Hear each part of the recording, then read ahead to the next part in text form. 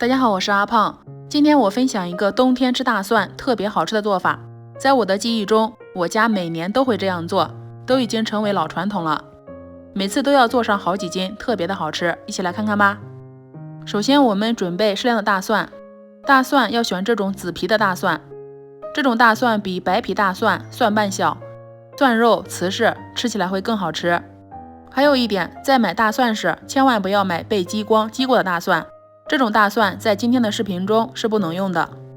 接下来把蒜皮剥下来，蒜瓣向着蒜苔方向的一面朝上，拇指和食指捏住两头，轻轻用力，使蒜皮炸开，就容易去皮了。要把准备好的所有大蒜皮都要剥下来哦。下面再用小刀把蒜尾巴切下来，一个一个的都要切掉。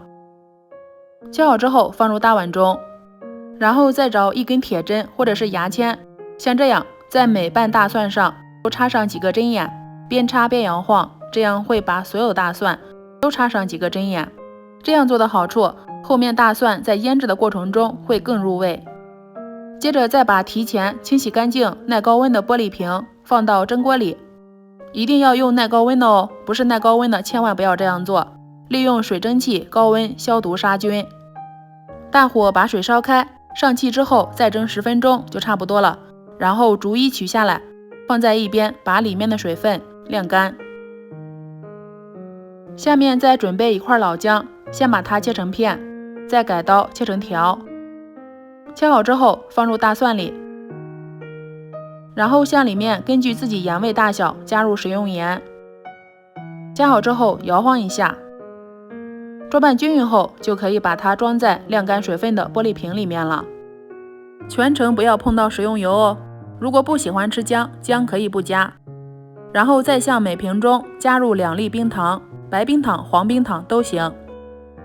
然后再把准备好的醋、米醋、陈醋或者是白醋倒进蒜里面，醋的用量一定要没过大蒜，因为大蒜之前被针眼扎过，又加入了冰糖，这样做出的大蒜不仅味道好吃，而且会绿得更快。这是做腊八蒜想好吃想绿得漂亮非常关键的几步哦。全部做好后合上盖子，放在白天温度高、夜晚比较冷、温度差比较大的地方。放在这样的地方，蒜会绿得更快。做腊八蒜不一定非要在腊八当天做，只要是天气冷、温度比较低，这样的时候就可以做了。但是有一点，不要过于追求腊八蒜1天2天变绿，就把醋加热。加热好之后倒进来，大蒜被烫过后虽然绿得快，但同时它的死蒜味会非常重，就不好吃了。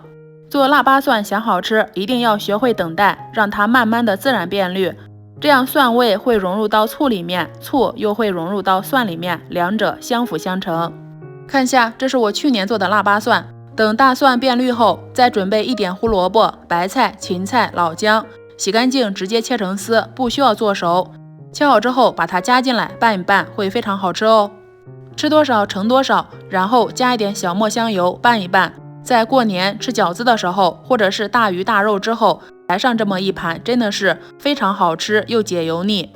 我家每年都会在冬天这样腌大蒜，我也不知道为什么，只有在过年的时候吃腊八蒜才是最好吃的。如果喜欢你也试试吧，喜欢的话可以先收藏起来哦。我是阿胖，喜欢我的视频可以点赞、关注、留言、转发哦。我们下期节目再见。